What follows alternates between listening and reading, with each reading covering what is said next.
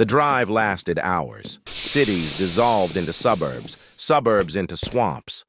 We passed a sign that said camp, cheerful tourists posing beneath it. I wondered if they saw us. When the van finally stopped, heat poured in. Sweat soaked into cuts. Muscles screamed as we were dragged out and lined up. Two buildings stood before us, a small processing center and an old airplane hangar. Rust streaked the metal. A chain-link fence surrounded everything. That was it. No towers, no walls, just wire. Processing took 10 minutes per person. Name, birth date, strip, photograph, jumpsuit, number. The woman refused. She was beaten until she stopped moving. Blood streaked the floor. No one spoke after that. The hangar wasn't a prison. It was a pen. No beds, no privacy. Toilets in the open. Children played with rocks and dead insects because boredom was safer than despair. They kept it freezing. No blankets, no water outside. Shock your body. Never let you settle.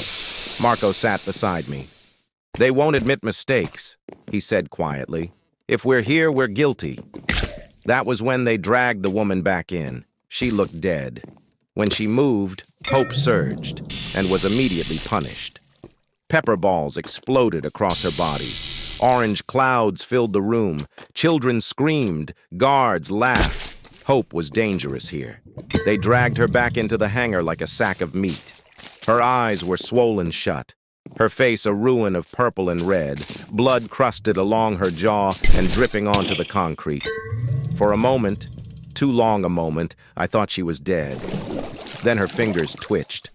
A ripple went through the prisoners, a fragile breath of hope. The guards hated that. They slammed their weapons against the fencing, barking orders, demanding silence.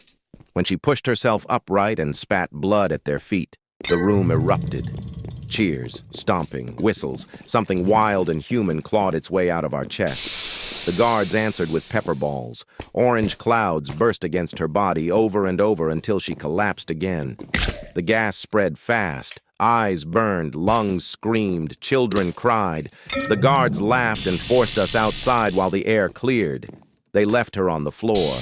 Outside, the swamp pressed in close. Heat wrapped around us like wet cloth. I stood at the fence with Marco, staring into the jungle. "That's why the fence is weak," an old man said nearby. "The jungle keeps you here better than walls ever could." He spoke of snakes, gators, insects, of vanishing. Then, in a quieter voice, he spoke of something